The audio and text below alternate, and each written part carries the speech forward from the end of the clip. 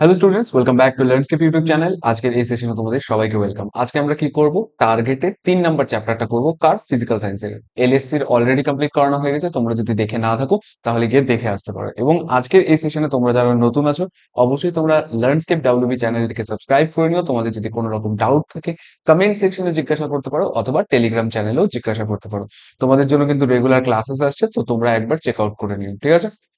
দেখো, এরপর আমরা যেটা করবো যে ফার্স্ট কোয়েশ্চেন আমাদের এখান থেকে কি আছে। ফার্স্ট কোয়েশ্চেন এখানে আমাদেরকে কি জিজ্ঞাসা করছে আমরা ফার্স্টে দেখি। যে এখানে বলেছে হচ্ছে বায়ুর ওজন গ্যাসের স্বাভাবিক ঘনত্ব ডবজন একক। তাহলে আমরা এখান থেকে একটা জিনিস বুঝতে পারলাম যে ওজনের ঘনত্ব আমরা কোন এককে পরিমাপ করি, ডবজন এককে। তো এটা কোনটা হবে, এখান থেকে অ্যান্সার কাছাকাছি যেটা অ্যান্সার হবে আমরা ওটা দেবো। এখানে 300 ডবজন ইউনিট হবে, ঠিক আছে? নেক্সট কোয়েশ্চেন আমাদেরকে এখানে কি বলছে, যে একটি গ্যাসের ঘনত্ব আমাকে বলে দিতে হচ্ছে। দেখো, এখানে 300 ডপসন ইউনিট হয়েছে, বাট বইয়ে যেটা তোমাদেরকে লেখা আছে তোমাদের কিন্তু ওটাই লিখতে হবে। পরীক্ষায় যদি 1 নম্বরের কোয়েশ্চেন, ডাইরেক্ট কোয়েশ্চেন আসে, তাহলে অবশ্যই বইয়ে যেটা লেখা আছে তোমাদেরকে ওটাই লিখতে হবে। এখানে আমরা কি দিলাম, এই যে অ্যাপ্রক্সিমেট ভ্যালু বা নিয়ারেস্ট ভ্যালু যেটা হচ্ছে আমরা ওটা দিলাম, ঠিক আছে? একটি গ্যাসের ঘনত্ব আমাকে বলে দিচ্ছে হচ্ছে 8, তাহলে 24 গ্রাম ওই গ্যাসের এসটিপি তে আয়তন কত হবে। তাহলে গ্যাসের ঘনত্ব মানে বাষ্প ঘনত্ব 8 বলে দিচ্ছে, তাহলে এম ইজ ইকুয়ালস টু কত হবে, M is equals two 2d হবে। তাহলে 2 × 8 ইজ ইকুয়ালস টু কত হবে, 16 হবে। তাহলে 16 যদি কি হয়, 16 যদি ওই গ্যাসের আণবিক ভর হয়, তাহলে আমরা এখান থেকে কি বলতে পারি, তাহলে ওই গ্যাসের এসটিপি তে আয়তন কত হবে। তাহলে 16 গ্রাম, এর আয়তন কত, 22.4 লিটার। তাহলে 1 গ্রামের আয়তন কত হবে, 1 গ্রামের আয়তন হবে 22.4 লিটার ডিভাইডেড বাই 16। তাহলে এখানে আমাকে জিজ্ঞাসা করেছে 24 গ্রামের আয়তন কত হবে। তাহলে 22.4 ইন্টু 24 ডিভাইডেড বাই কত হবে, 16। 8 দিয়ে কাটলে 2, 8 দিয়ে কাটলে 3, 2 দিয়ে কাটলে 11.2। অ্যান্সার কত আসবে, 33.6। এতটুকু জিনিস ক্লিয়ার, এত লিটার অ্যান্সার হবে। তাহলে এখান থেকে অ্যান্সার কোনটা হবে, সি নাম্বার 33.6। এই জিনিসগুলো তোমাকে বুঝতে হবে। দেখো, তোমরা অ্যান্সার যেখানে খুশি পেয়ে যাবে, এমন অনেক চ্যানেল আছে যেখানে তোমাকে অ্যান্সার প্রোভাইড করে দিচ্ছে, বাট তোমাকে জিনিসটা বুঝতে হবে যে অ্যাকচুয়ালি এই কোশ্চেনের অ্যান্সারটা কিভাবে করতে হবে।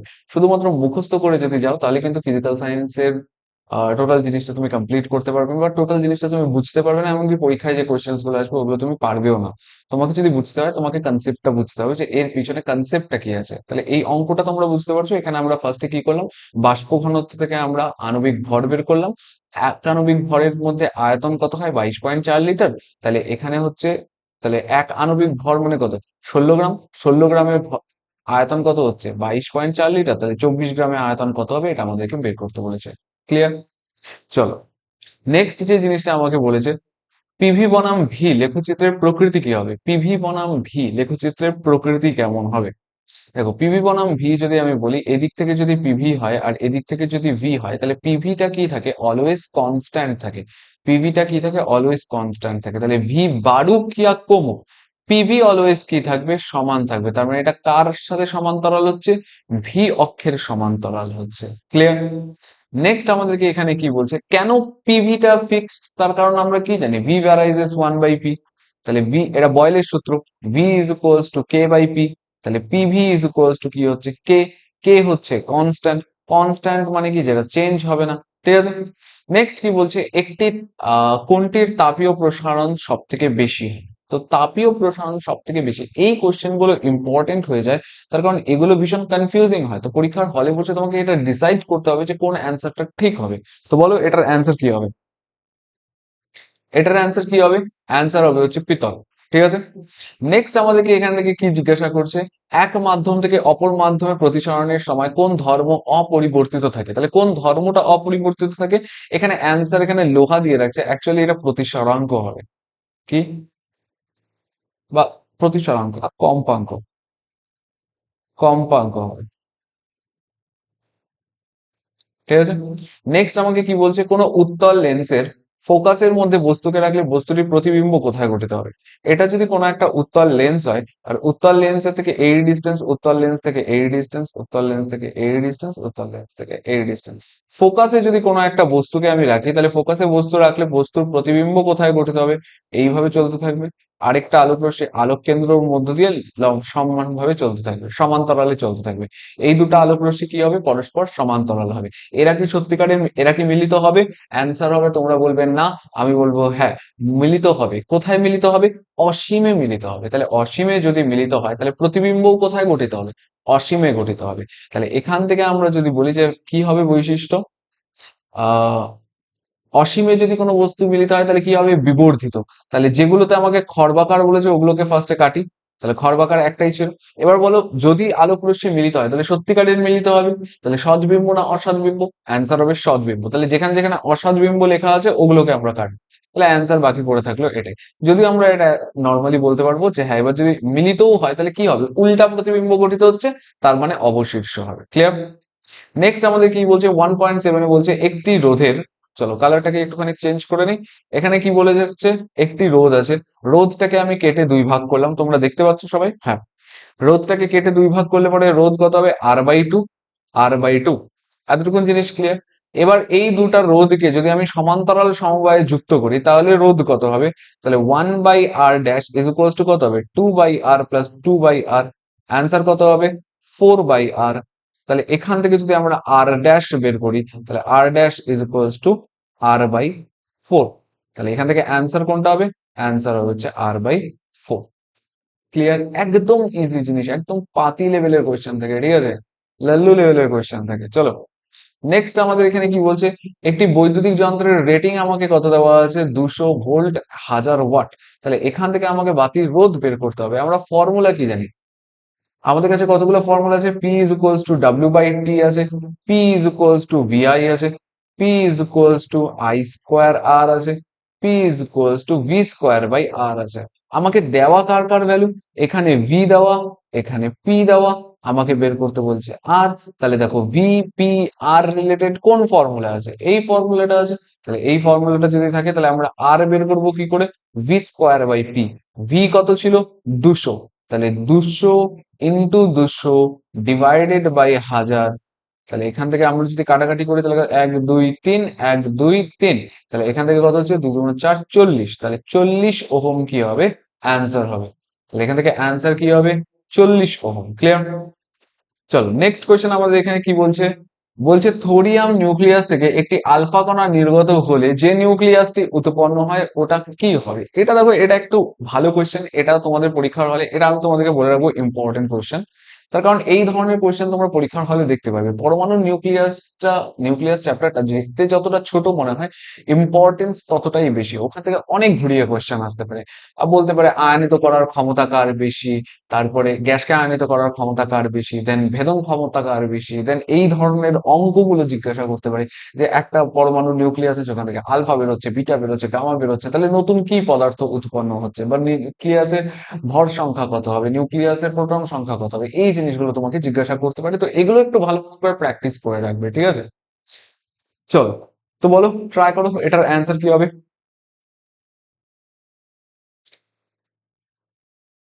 চলো এখান থেকে যদি দেখি আমরা, 234, থোরিয়াম 234, আর নিচে কত আছে? 90। এখান থেকে আমরা কি বের করতেছি? আলফা কণা বের করতেছি। আলফা কণা যদি বের হয়, আলফা কণা কেমন হয়? 4 আর নিচে 2, তার মানে ওপরে 4 কমবে, তার মানে 230 আসবে, নিচে 2 কমবে, তার মানে 88 আসবে। এখানে এক্স ওয়াই জেড যাই হোক না কেন, আমরা জাস্ট এখান থেকে চেক করে নিব কার হচ্ছে। দেখো এখানে 88 আছে, বাট ওপরে 232 আছে।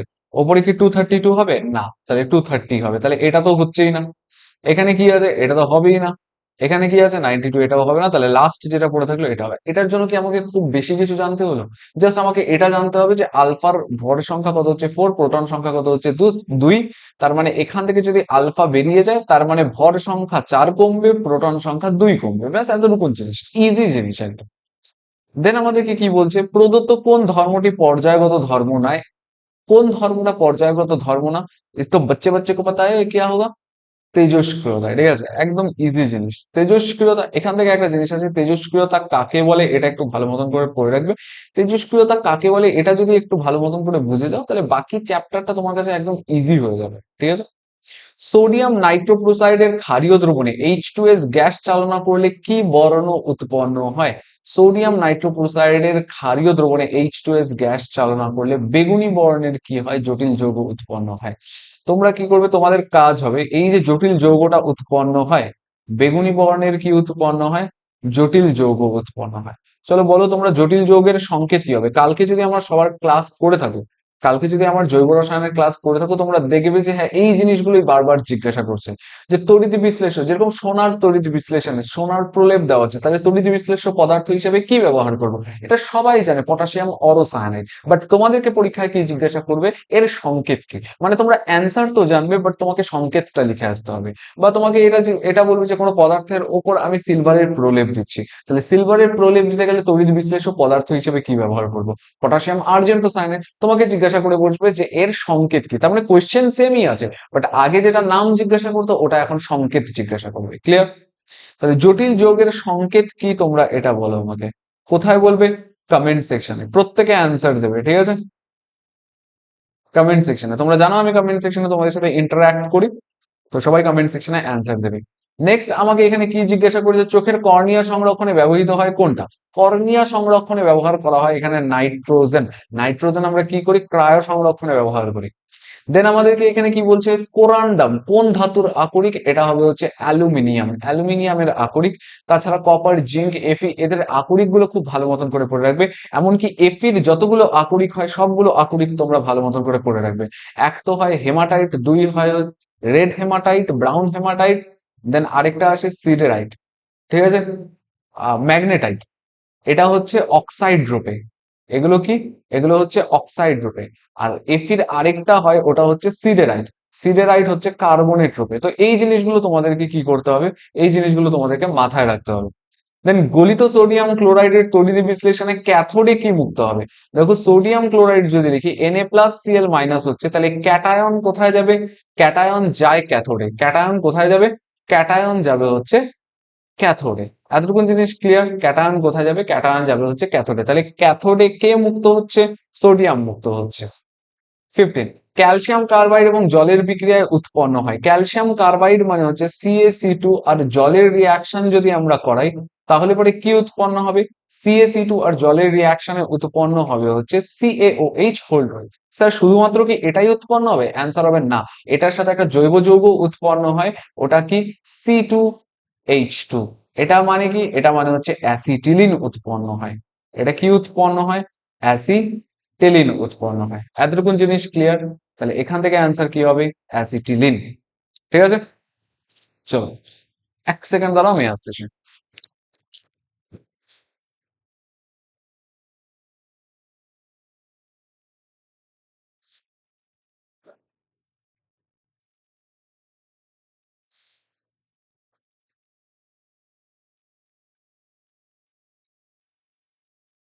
চলো এবার যে জিনিসটা আমরা করবো, এবার হচ্ছে পরের কোয়েশ্চেনটাতে আসবো আমরা। পরের কোয়েশ্চেনটাতে আমাকে কি বলছে? আচ্ছা তোমরা দেখতে পাচ্ছ মন সবাই? হুম। দেখো পরের কোয়েশ্চেনটাতে আমাকে কি বলছে? পরের কোয়েশ্চেনটা বলছে বায়ুমণ্ডলের কোন স্তরকে ক্ষুব্ধ মণ্ডল বলা হয়? তো ইজি কোয়েশ্চেন, এটা তোমাদের ইসে জিওগ্রাফির কোয়েশ্চেন। কি হবে? ট্রপোস্ফিয়ার। ট্রপোস্ফিয়ার, এগুলো সবাই পারে। এগুলো কোয়েশ্চেন আসলে মানে তোমাকে মার্কস দিতে চাচ্ছে, তোমাকে টিচার মার্কস দিতে যাচ্ছে, ঠিক আছে? এই ধরনের কোয়েশ্চেন গুলো যদি জিজ্ঞাসা করে, দেন আমাকে জিজ্ঞাসা করে বায়ুমণ্ডলের কোন স্তরে মেরুজ্যোতি দেখা যায়? থার্মোস্ফিয়ার বলো, আয়নোস্ফিয়ার বলো, দুটাই অ্যান্সার ঠিক হবে, ঠিক আছে? একটি মৌলিক গ্রিন হাউস গ্যাসের নাম লেখো। মৌলিক গ্রিন হাউস গ্যাস কোনটা বলতে পারি আমরা? আমরা CO2 বলতে পারি মৌলিক গ্রিন হাউস গ্যাস, বা আমরা H2O বলতে পারি। এই জিনিসগুলো মাথায় রাখবে, ঠিক আছে? মৌলিক বলতে এখানে মেইন গ্রিন হাউস গ্যাসের কথা বলেছি। নাকি তোমরা এরকম করে ভাববে না যে মৌলিক কোনো গ্যাস থাকবে, মৌলিক মানে একটাই পরমাণু থাকবে বা something, এরকম না, ঠিক আছে? মৌলিক গ্রিন হাউস গ্যাস মানে হচ্ছে মেইন প্রধান গ্রিন হাউস গ্যাস কোনগুলো আছে? কার্বন ডাই অক্সাইড হবে, H2O হবে, তার মধ্যে থেকে প্রধান হচ্ছে কার্বন ডাই অক্সাইড, CO, ঠিক আছে? নেক্সট আমাদের কি বলছে? সত্য মিথ্যা বের করতে, যে truth and dare, truth and false. হ্যাঁ, ট্রুথ অ্যান্ড ডেয়ার তো আর টিচাররা খেলতে পারবে না। তো এখানে লেখা আছে উষ্ণতার পরম স্কেলের স্ফুটনাঙ্ক কত হয়? উষ্ণতার পরম স্কেলে জলের স্ফুটনাঙ্ক কত হবে? প্রথম কথা হচ্ছে আমরা এটা যদি বুঝি 0 ডিগ্রি সেলসিয়াস আর এটা হচ্ছে 100 ডিগ্রি সেলসিয়াস। 100 ডিগ্রি সেলসিয়াসে কি হয়, জল ফুটে বাষ্পে পরিণত হয়। তাহলে যখন আমরা ডিগ্রি সেলসিয়াস থেকে কেলভিনে কনভার্ট করব, তখন আমরা কি করি, +273 কি করি, +273। তার মানে 0 ডিগ্রি সেলসিয়াস, 0 ডিগ্রি সেলসিয়াস মানে কত কেলভিন? 0 ডিগ্রি সেলসিয়াস মানে হচ্ছে 273 কেলভিন। তাহলে ডিগ্রি সেলসিয়াস থেকে কেলভিনে আসার সময় আমরা +273 করবো। তাহলে 100 ডিগ্রি সেলসিয়াস থেকে যখন আমরা কেলভিনে আসবো, তাহলে 100 + 273 অ্যান্সার কি হবে, 373 কেলভিন হবে। তাহলে এখান থেকে অ্যান্সার কি হবে, 373 কেলভিন। তার মানে অ্যান্সার ট্রু হচ্ছে। নেক্সট আমাকে কি বলছে, পিভি এর মাত্রীয় সংকেত কোন ভৌত রাশির মাত্রীয় সংকেতের সাথে অনুরূপ? তাহলে পিভিটাকে লিখি না ফার্স্টে, পিভি, আমরা পি মানে কি জানি, চাপ। চাপ মানে কি, বল বাই ক্ষেত্রফল। তাহলে এখান থেকে যদি আমরা বলি, তাহলে চাপকে আমরা কি লিখতে পারি, F/m²। আর ভি কে আমরা কি লিখতে পারি, m³ তাহলে কাটলে পরে কত আসবে, m।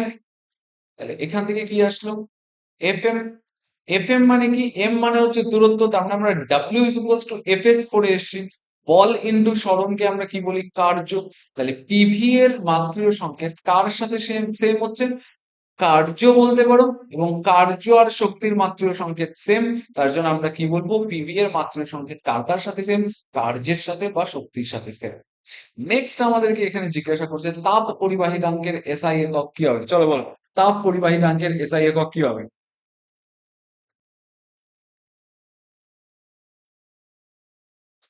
তাপ পরিবাহিতাঙ্কের এসআই একক কি হবে, তোমরা কমেন্ট সেকশনে অ্যান্সার দেবে। চলো আমি বলে দিই, watt, metre inverse, kelvin inverse. তাপ পরিবাহিতাঙ্কের এসআই একক। এখানে বলছে কঠিন পদার্থের মধ্যে কোন পদ্ধতিতে তাপ সঞ্চালিত হয়। তাপ সঞ্চালনের 3টা পদ্ধতি আছে, একটা হচ্ছে পরিবহন, পরিচালন আর কি, বিকিরণ। তাহলে কঠিন পদার্থের ক্ষেত্রে কোনটা হবে, পরিবহন। পরিবহন, ঠিক আছে। কঠিন পদার্থের ক্ষেত্রে কি হবে, পরিবহন। চলো নেক্সট কোয়েশ্চেনে আমরা আসি। নেক্সট কোয়েশ্চেনে এখানে কি জিজ্ঞাসা করছে, একটি সমবাহু প্রিজমের মধ্য দিয়ে আলোক রশ্মি ভূমির সমান্তরালে চলে গেলে 30 ডিগ্রি চ্যুতি কোণের সৃষ্টি হয়। তো প্রথম কথা আমাকে যেটা বুঝতে হবে, এটা একটা প্রিজম, প্রিজমটা সমবাহু, তার মানে এই প্রতিসারক কোণ কত হচ্ছে, 60 ডিগ্রি।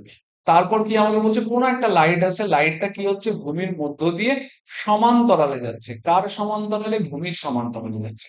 প্রিজমের মধ্য দিয়ে লাইটটা কিভাবে যাচ্ছে, ভূমির সমান্তরালে যাচ্ছে। আর সমান্তরালে তখনই যাবে যখন ন্যূনতম চ্যুতি কোণের সৃষ্টি হবে। তাহলে ন্যূনতম চ্যুতি কোণের সৃষ্টি যখন হয়, তখন আলোক রশ্মি প্রিজমের ভেতরে ভূমির সমান্তরালে। আর ন্যূনতম চ্যুতিকোণ যখন সৃষ্টি হয়, তখন আমরা কি জানি, ন্যূনতম চ্যুতিকোণ যখন সৃষ্টি হয়, তখন আমরা জানি আপতন কোণ আর নির্গত কোণ বা প্রতিসরণ। এই যে প্রতিসরণের পর যেটা আসছে, নির্গমন কোণ যেটাকে বলে, অ্যাঙ্গেল অফ, একটা হচ্ছে অ্যাঙ্গেল অফ ইনসিডেন্স আর একটা হচ্ছে অ্যাঙ্গেল অফ, আরে আরেকটা কি ছিল, অ্যাঙ্গেল অফ ইমার্জেন্স, ঠিক আছে। অ্যাঙ্গেল অফ ইনসিডেন্স আর একটা হচ্ছে অ্যাঙ্গেল অফ ইমার্জেন্স, মানে এই দিক থেকে যে আলোটা বের হচ্ছে, নির্গত রশ্মির আলো মানে কোণ যেটা, ঠিক আছে, নির্গমন কোণ। তাহলে এখানে I1 আর I2 টা কি হবে, I1 আর I2 টা সেম হবে। তাহলে আমরা ফর্মুলা যদি পুট করি, তাহলে কি হবে, del is equals to I1 plus I2 minus কত হচ্ছে, এ। I1 I2 same, I1 I2 কে আমরা কি ধরি, I1 is equals to I2 is equals to I ধরি। তাহলে del is equals to 2I minus A. আমাকে চ্যুতিকোণ কত বলে দিয়েছে, চ্যুতিকোণ বলে দিয়েছে হচ্ছে 30 ডিগ্রি উৎপন্ন হচ্ছে। তাহলে 30 ইজ ইকুয়ালস টু কত, 2I মাইনাস 60। মাইনাস 60টাকে এদিকে নিয়ে গেলে 90 ইজ ইকুয়ালস টু 2I। তাহলে I ইজ ইকুয়ালস টু কত হচ্ছে, 90/2 মানে হচ্ছে 45 ডিগ্রি। ঠিক আছে। অ্যাঙ্গেল অফ ইনসিডেন্স আর অ্যাঙ্গেল অফ ইমার্জেন্স কত হচ্ছে, অ্যাঙ্গেল অফ ইমার্জেন্স কত হচ্ছে, 45 ডিগ্রি। ঠিক আছে। নির্গমন কোণটা কত হচ্ছে, 45 ডিগ্রি। নির্গত হলে আপতন কোণ জিজ্ঞাসা করছে, তাহলে আপতন কোণ হচ্ছে 45 ডিগ্রি। নেক্সট আমাকে জিজ্ঞাসা করছে কি, সানগ্লাসে কোন ধরনের লেন্স ব্যবহার করা হয়? দেখো এটা ভীষণই একটুখানি ট্রিকি কোশ্চেন। সানগ্লাসে কোন ধরনের লেন্স ব্যবহার করা হয়, উত্তলাবতল লেন্স ব্যবহার করা হয়। উত্তলাবতল, উত্তলাবতল লেন্স ব্যবহার করা হয়। কিন্তু বেসিক্যালি যদি আমরা যেগুলো দেখি, যে তোমরা যেগুলো দুর্গাপূজার সময় পাঞ্জাবির সাথে হ্যাঁ, 100 টাকা দামের যে সানগ্লাস গুলো পরো ওগুলোর মধ্যে কিন্তু এরকম ধরনের উত্তলা বোতল লেন্স থাকে না, ওখান থেকে কালো কাঁচ থেকে জাস্ট একটা, তাও প্লাস্টিকের কাঁচ থেকে, ঠিক আছে। সানগ্লাসে কোন ধরনের লেন্স ব্যবহার করা হয়? বেসিক্যালি উত্তলা বোতল লেন্স ব্যবহার করা হয়, বাট সব সানগ্লাসের জন্য না, ঠিক আছে, সব সানগ্লাসের জন্য না। ফিউজ তারকে মূল বর্তনীতে কোন সমবায়ে যুক্ত করা হয়? একদম ইজি, ফিউজ তারকে মূল বর্তনীতে কোন সমবায়ে যুক্ত করা হবে? শ্রেণী সমবায়ে যুক্ত করা হয়, ঠিক আছে, শ্রেণী সমবায়ে যুক্ত করা হয়। নেক্সট আমাকে কি জিজ্ঞাসা করছে, গৃহ বর্তনীতে লাইফ তারে যে বিভব থাকে তার মান কত হয়? 220 ভোল্ট, 220 ভোল্ট। নেক্সট আমাকে বলছে সত্য মিথ্যা লেখো। আর গামা রশ্মির আয়নন ক্ষমতা সবচেয়ে বেশি? একদমই না, গামা রশ্মির ভেদন ক্ষমতা সবচেয়ে বেশি। কি বেশি সবচেয়ে? ভেদন ক্ষমতা সবচেয়ে বেশি। বাট গামা রশ্মির আয়নন ক্ষমতা সবচেয়ে কম। কার অপেক্ষা কম? আলফা আর বিটার অপেক্ষা। আয়নন ক্ষমতা কি হয়? আয়নন ক্ষমতা কম, ভেদন ক্ষমতা কি বেশি, ঠিক আছে। তাহলে এটা কি হবে? এটা হবে ফলস। নেক্সট আমাকে জিজ্ঞাসা করছে নিউক্লিয় বিভাজনে প্রতি ধাপে মুক্ত শক্তির আনুমানিক মান কত হয়? এমইভি, এটা মানে কি? এমইভি ফুল ফর্ম কি হবে? এটার অ্যান্সার তো 200 হয়, ঠিক আছে। এমইভি ফুল ফর্ম কি হবে? বলো অ্যান্সার, বলো কমেন্ট সেকশনে জানাও অ্যান্সার কি হবে। এমইভি ফুল ফর্ম কি হবে? এমইভি, এটার অ্যান্সার হচ্ছে মেগা ইলেকট্রন ভোল্ট, ঠিক আছে, মেগা ইলেকট্রন ভোল্ট, মাথায় রাখ, ঠিক আছে। নেক্সট কোশ্চেন এখান থেকে কি জিজ্ঞাসা করছে, হ্যালোজেন মৌল কোনটা হবে? হ্যালোজেন মৌল এখান থেকে এফ হবে। Copper pyrites, copper pyrites. Uranium উত্তর মৌল নেপচুনিয়াম। ক্রায়োলাইট, এটা, ঠিক আছে। এতটুকু জিনিস ক্লিয়ার। নেক্সট এমন কি বলছে যে এমন একটি যৌগের নাম লেখো যার মধ্যে সমযোজী এবং আয়নীয় উভয় প্রকার বন্ধন লক্ষ্য করা যায়। এগুলো একদম বেসিক কোয়েশ্চেন, ঠিক আছে। এমন একটি যৌগের নাম লেখো যার মধ্যে সমযোজী এবং আয়নীয় উভয় প্রকার বন্ধন লক্ষ্য করা যায়। কেসিএন বলে আমরা একটা জানি না, কেসিএন, কেসিএন। অথবা আমরা এটাও লিখতে পারি NH4Cl, ঠিক আছে, অ্যামোনিয়াম ক্লোরাইড, এটাও হবে, কেসিএনও হবে, ঠিক আছে। এবার আমাকে জিজ্ঞাসা করছে সিলভার প্লেটিং এর জন্য ব্যবহৃত তড়িৎ বিশ্লেষ্যটির নাম। তোমরা তড়িৎ বিশ্লেষ্যটির নাম পড়ে যাবে না, শুধু ওর সংকেত পড়ে যাবে। এটার অ্যান্সার কি হবে? তড়িৎ বিশ্লেষ্যটির নাম কি হবে? Potassium argento cyanide. চলো সংকেত কি হবে তোমরা কমেন্ট সেকশন জানাও, সংকেত কি হবে তোমরা কমেন্ট সেকশন জানাও, জিনিসগুলো প্র্যাকটিস করো, ঠিক আছে। নেক্সট, সত্য অথবা মিথ্যা লেখো। এইচএফ একটি আয়নীয় বন্ধন দেখায়? একদমই না। হাইড্রোজেনের লাস্ট শেলে একটা ইলেকট্রন, ফ্লুরিনের লাস্ট শেলে 7টা ইলেকট্রন। কি করে? এ এর সাথে বন্ড করে, এ এর সাথে বন্ড করে, এইভাবে ওরা কি করে, একজন অক্টেট ফুলফিল করে, একজন ডুপ্লেট ফুলফিল করে। এরা আয়নীয় বন্ধন গঠন করে না, এরা সমযোজী বন্ধন গঠন করে। নেক্সট আমাকে জিজ্ঞাসা করছে গ্লুকোজের জলীয় দ্রবণে আয়নের অস্তিত্ব থাকে কি? অ্যান্সার হবে না। তার কারণ গ্লুকোজকে আমরা কি জানি? C6H12O6। এটা কি? এটা হচ্ছে হাইড্রোকার্বন। এটা কি? এটা হচ্ছে হাইড্রোকার্বন। হাইড্রোকার্বন মানে এর মধ্যে কি আছে? সমযোজী বন্ধন আছে। সমযোজী বন্ধন বা সমযোজী যৌগ যেগুলো আছে ওগুলো কি আয়ন ফর্ম করে? অ্যান্সার হবে না, হাইড্রোকার্বন। নেক্সট আমাদেরকে কি বলছে, লাইকার অ্যামোনিয়ার আপেক্ষিক ঘনত্ব কত? আপেক্ষিক ঘনত্ব বা আপেক্ষিক গুরুত্ব। দেখো প্রথম কথা হচ্ছে লাইকার অ্যামোনিয়ার ডেফিনেশনে আমরা কি বলি? 0.88 আপেক্ষিক গুরুত্ব বিশিষ্ট অ্যামোনিয়ার গাঢ় জলীয় দ্রবণকে আমরা কি বলি? লাইকার অ্যামোনিয়া, ঠিক আছে। অ্যামোনিয়ার গাঢ় জলীয় দ্রবণকে আমরা কি বলি? Liker ammonia. তো লাইকার অ্যামোনিয়া কাকে বলে? 0.88 আপেক্ষিক গুরুত্ব বিশিষ্ট অ্যামোনিয়ার গাঢ় জলীয় দ্রবণকে, কাকে? গাঢ় জলীয় দ্রবণকে আমরা কি বলি? Liker ammonia. তাহলে লাইকার অ্যামোনিয়ার আপেক্ষিক ঘনত্ব কত হবে? 0.88 আপেক্ষিক ঘনত্ব বিশিষ্ট হবে। নেক্সট আমাদেরকে কি বলছে, H2S এর সঙ্গে ক্ষারের বিক্রিয়ায় উৎপন্ন লবণের প্রকৃতি কি হবে? চলো এই কোশ্চেনটার অ্যান্সার দাও।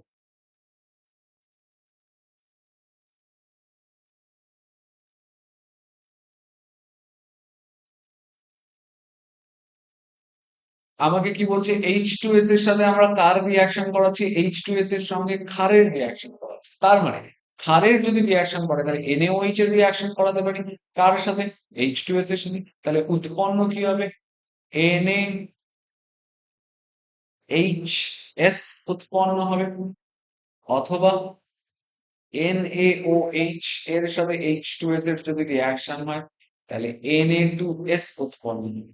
তার মানে হয় অ্যাসিড লবণ উৎপন্ন হবে, নয়তো নিউট্রাল লবণ উৎপন্ন হবে। অ্যাসিড লবণকে অ্যাসিড লবণ বলে, আর নিউট্রাল লবণকে সমিত লবণ। ঠিক আছে, তাহলে কি কি উৎপন্ন হতে পারে, আমাকে বলেছে হচ্ছে ক্ষারের বিক্রিয়ায় উৎপন্ন লবণের প্রকৃতি কি হবে, প্রকৃতি হবে হচ্ছে অ্যাসিড লবণ অথবা সমিত লবণ। অ্যাসিড লবণ অথবা সমিত লবণ, সমিত লবণ মানে যেটার মধ্যে হাইড্রোজেন থাকবে না ওটাকে আমরা কি বলবো, সমিত লবণ। আর এটার মধ্যে যেহেতু হাইড্রোজেন আছে তার জন্য এটাকে আমরা কি বলছি, অ্যাসিড লবণ। ক্লিয়ার? নেক্সট কোয়েশ্চেন এখানে কি বলছে, এটা আমাদের হয়ে গেছে উপরেরটা। 2.16 বলছে তরল পদার্থ থেকে এমন একটি তরল পদার্থের নাম লেখো যার ওপর NH3 সংগ্রহ করা যায়। এমন একটি তরল পদার্থের নাম লেখো যার ওপর NH3 সংগ্রহ করা যায়। চলো এটার অ্যান্সার কি হবে তোমরা কমেন্ট সেকশনে জানাও। এটার অ্যান্সার কি হবে তোমরা কমেন্ট সেকশনে জানাও। নেক্সট আমাদের কি কি বলছে, টেফলনের মনোমারের সংকেত কি, দেখো সংকেতগুলো ইম্পর্টেন্ট। টেফলন মানে টেট্রাফ্লুরো ইথিলিন, মানে আমরা ইথিলিনের স্ট্রাকচার জানি তো, এটা ইথিলিনের স্ট্রাকচার। এবার ইথিলিনের স্ট্রাকচার থেকে যদি আমরা হাইড্রোজেন গুলোকে বাদ দিয়ে দিই তাহলে পরে এখানে হাইড্রোজেনের বদলে এফ যদি ঢোকাই তাহলে পরে যেটা হবে এটাকে আমরা কি বলবো, tetra fluoro ethylene. Tetra fluoro ethylene. তাহলে আমরা কি করলাম, জাস্ট ইথিলিনের মধ্যে হাইড্রোজেনের বদলে ফ্লুরিন ঢোকালাম, ওটাকেই আমরা কি বলি, tetra fluoro ethylene. Tetra fluoro ইথিলিনের পলিমারাইজেশনে কি উৎপন্ন হয়, পলিমারাইজেশনে, এটা ইম্পর্টেন্ট মাথায় রাখো, পলিমারাইজেশনে কি উৎপন্ন হয়, পিটিইই। তোমরা বলবে যে স্যার বইয়ে তো এটা লেখা নাই, পিটিইই লেখা নাই, বইয়ে তো টেফলন লেখা। দেখো টেফলনের আরেকটা নামই হচ্ছে পিটিইই, পলিটেট্রাফ্লুরো ইথিলিন।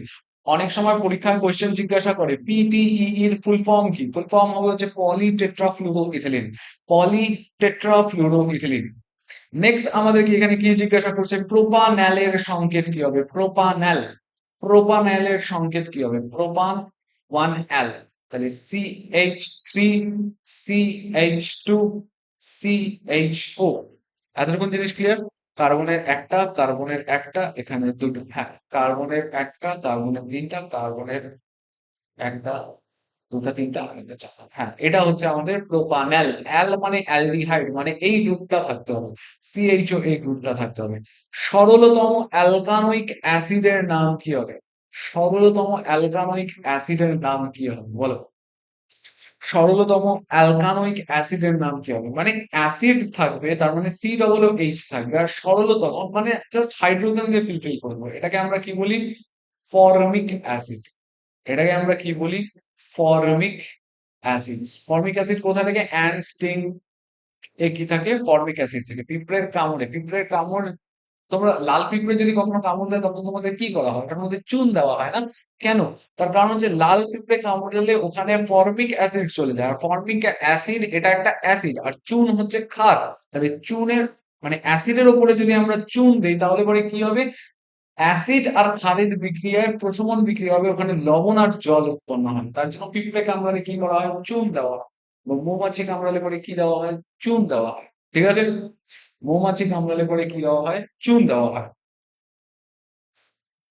চলো এই কোশ্চেনটার অ্যান্সার আমরা বলে দিই যে একটি তরল পদার্থের নাম লেখো যার উপর NH3 সংগ্রহ করা যায়, এটা কি হবে, পারদ। ঠিক আছে, এটার অ্যান্সার কি হবে, পার। ঠিক আছে, চলো আজকে আমাদের এই পেজটা কমপ্লিট হলো। আমরা এখানে কি কমপ্লিট করলাম, টার্গেটের 3 নাম্বার পেজটা কমপ্লিট করলাম, নেক্সট দিন আমরা 4 নাম্বার পেজটা কমপ্লিট করবো। এবং তুমি যদি আমাদের চ্যানেলে নতুন হয়ে থাকো তাহলে অবশ্যই চ্যানেলটিকে সাবস্ক্রাইব করে দিও, এবং আজকের এই ভিডিওটা যদি তোমার ভালো লেগে থাকে তাহলে অবশ্যই লাইক করে দিও এবং তোমার বন্ধু বান্ধবীদের সাথে শেয়ার করে দিও। দেখো তোমাদের জন্য কিন্তু রেগুলার ক্লাসেস আসছে, তোমরা একবার এই জিনিসগুলো ভালো মতো দেখে নিও, এবং তোমাদের টেস্টে যাতে ভালো প্রিপারেশন হয়, ভালো রেজাল্ট করতে পারো, তার জন্য আজকে থেকেই পড়াশোনা स्टार्ट। ठीक है जी, चलो टाटा बाय बाय, आज के लिए बस इतना ही। सावधान रहिए, सतर्क रहिए और पढ़ाई जारी रखिए। जय हिंद, जय भारत।